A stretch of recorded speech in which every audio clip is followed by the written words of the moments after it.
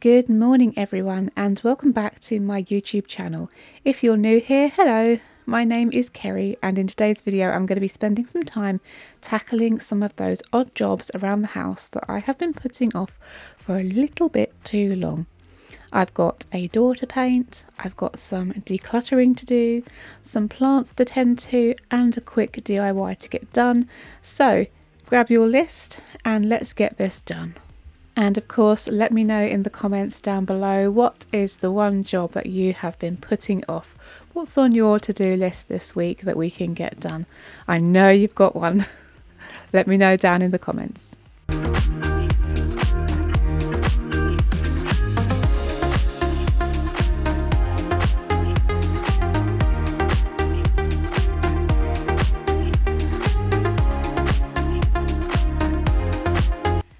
Right, so the very first job on my to-do list is this shed door. We had this door replaced approximately two and a half years ago, something like that. And I have been meaning to get out here with the old paint can and give it a good dose of paint ever since. They came and they built this door for us because it's an unusual size. It's not a standard size. So they built it and they primed it and they did the first coat of white paint on it. And they were supposed to come back the next day and put the second coat on, but they never turned up. I'm not sure what happened there, if we maybe fell off their books. I don't know. But I've been living with this shed door like this for a couple of years, and although it's completely non-offensive in its white colour, I would like to take it the same green as you can see on the gate and the fence behind me, which actually, looking at them now, could also do with another coat. I guess that's a job for another day. So I'm going to start off the day just by washing down this door. I have some hot soapy water and I have my dustpan brush, and I'm just going to give it a quick go over to make sure we've got no cobwebs, no dust, no sap from the trees, nothing is on there that is going to upset the paint going on a little bit later. And then we're going to pop inside and we're going to get some other bits done while this dries, and we'll come back out later and we'll give it a nice paint.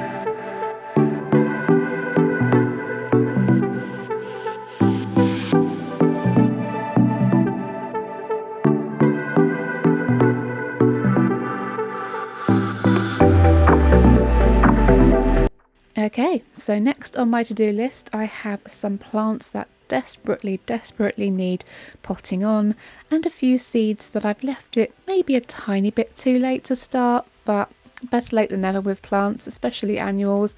They grow nice and quickly in the garden and they'll be beautiful for later on in the year, so I'm going to get those done today.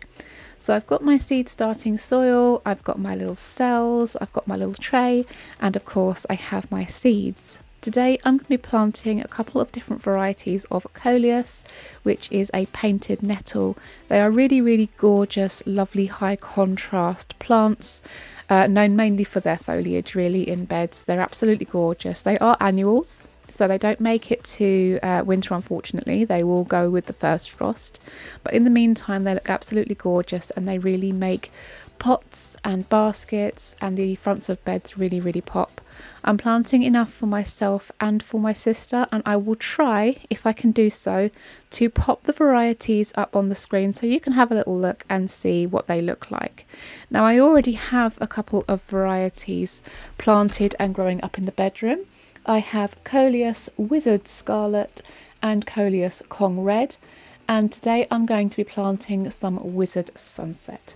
Now these are going to have a lovely kind of burnt orange to red tone. They're really pretty, and I'm hoping I can get these to a really nice dense kind of bushy size by the time I'm starting to plant out my autumn pots. So the fact that I'm putting these in a little bit later is probably actually going to work out for me. I will use the other coleus in the garden throughout the summer, and then as we're getting to mid to late summer I'll pop these ones in.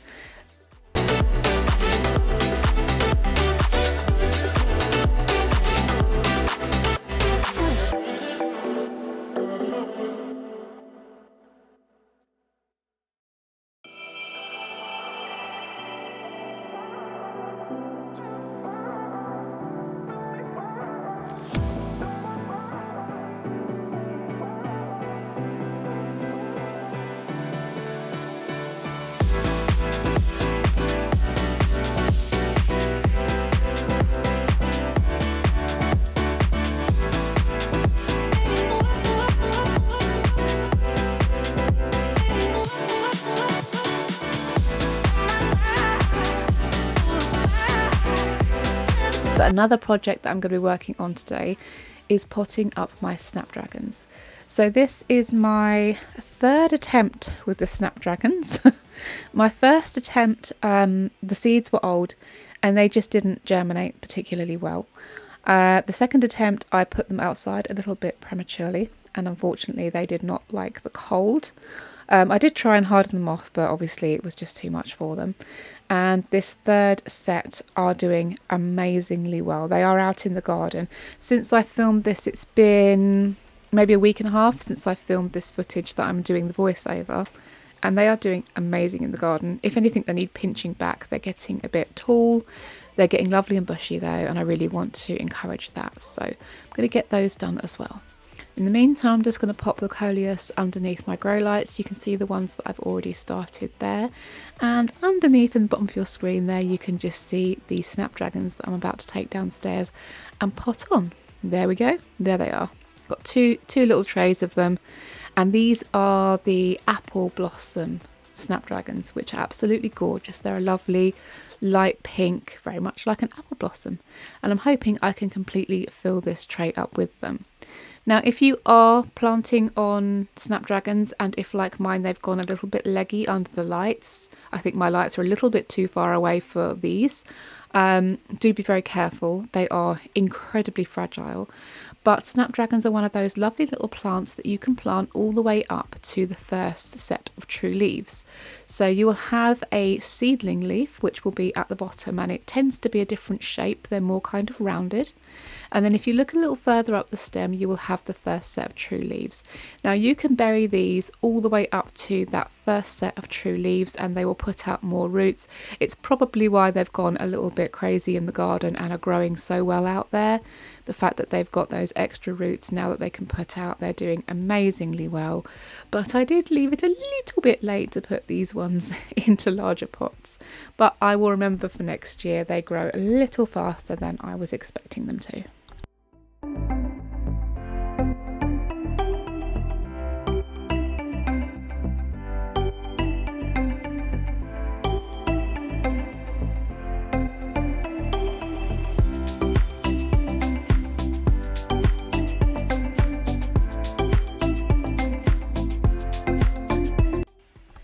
So we are back out into the garden now. This gate is lovely and dry. Fortunately, we've had a lot of help from the good old British late spring, early summer. It's gloriously warm and sunny out here, so things are drying off really, really quickly. And now I can start getting some of this paint on.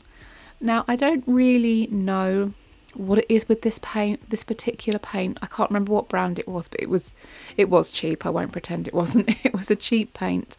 I got it because I absolutely love this sage green colour and I think it looks very restful and calming in the garden. However, it takes a fair few coats of this paint and it never looks like it's going on right. It almost looks as if, you know, when you are painting over, I don't know, you're doing some painting and you accidentally hit some silicone and it kind of separates in that kind of oily way. It does that for the first couple of coats, and then after that it's like boom, it's on, it's fine, and it lasts a really, really long time. I don't think I painted these fences or gate out here last year, so they have been that same sage green for a couple of years now, and they've only just needed a little bit of topping up. So it does last a long time once you've actually managed to get it on properly. But yeah, it took a few coats. I'm only going to show you one, otherwise we'll be here all day and it won't be a very motivating video at all. But yeah, it took, I think, 3 or 4 coats in the end to get a really good coverage on it. And I will insert a clip of it finished at the end of this video so that you can see it all done. The only bits that I were not able to do is I did not realise when they put the shed door in just how much silicone they used around the edges. Obviously it blended into the white paint and you couldn't really tell the difference. But yeah, there's like some white silicone around the edge of the door that I can't really paint over. It keeps chipping off. It's not beautiful, but it's a lot better than it was, and I love the green, so I'm happy.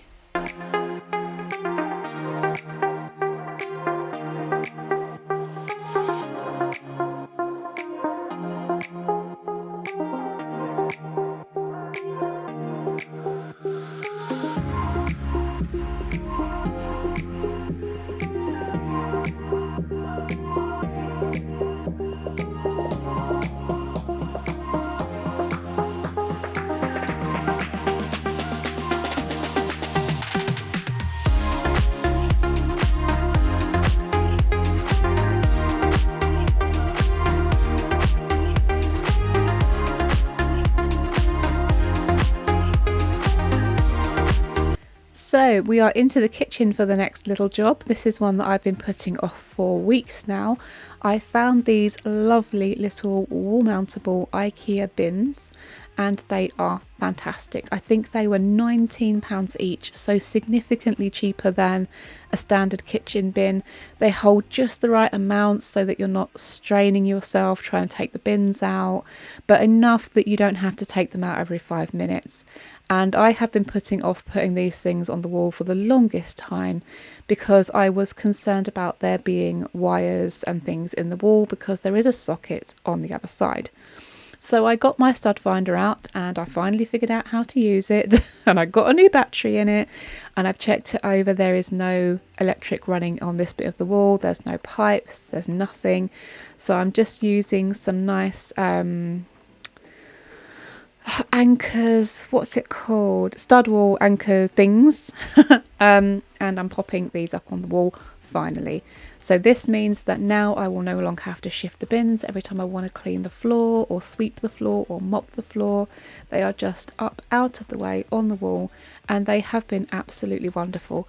I will link these down below if I can. They are from IKEA and I think they were about £19 each, something around that. And I think I had them delivered. You do have to pay a little bit for delivery, but I think it's worth it considering you're paying £40–50 upwards for a normal kitchen bin. These guys are great. I've got one for my normal bin and I've got one for my recycling and they are absolutely perfect.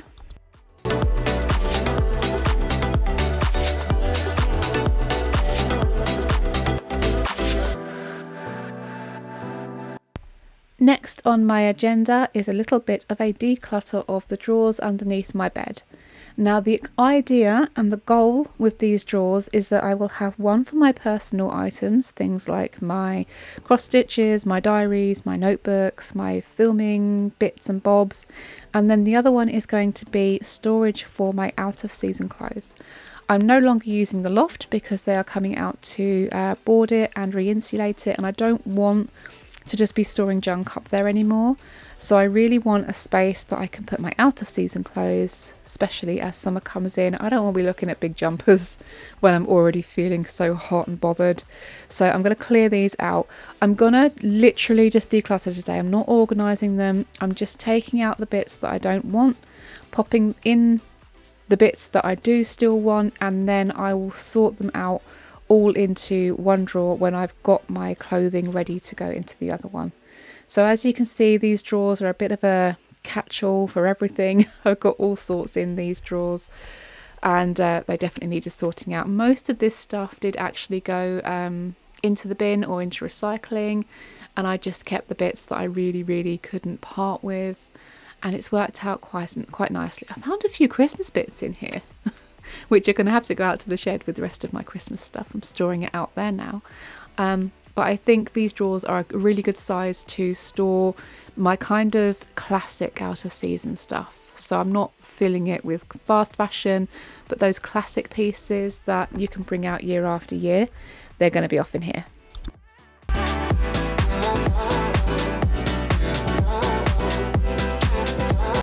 Okay, and my last job for this little catch up is going to be decluttering this bathroom cabinet. I have to do this really frequently because we, like most people I think, try out new products all the time, new shower products, new razors, things like that. And you do end up with a lot of clutter where you end up not loving things but not wanting to throw them away because they've cost you money. So I do have to come and declutter in here quite a lot, but fortunately it's only a 10-minute job. I've just been putting it off for too long. So again, it's just going to be a declutter in here. I do want to have a measure up and get some cute little baskets so each person can have their own basket. And I think that's going to be a lot easier for people to find their things rather than me having what I currently have, which is like a zone for tooth care, a zone for skincare, a zone for bath stuff, and a zone for like miscellaneous. That's not really working. So I'm thinking I'm going to get baskets for each person that's going to fit on the side of these. And yeah, I think that'll be just right. Everyone could just pull out their basket and get going. So that is the end of today's catch up. Please let me know if there's any jobs that you have been putting off in the comments. I'd love to hear what you guys are up to. And I will include a last little look at that shed door before I go. And that's it for me today. Please do not forget, if you've enjoyed the video, to hit that like button, and if you haven't already, hit the subscribe and the notification bells for more content like this. Have a great day, guys, and I will see you next time.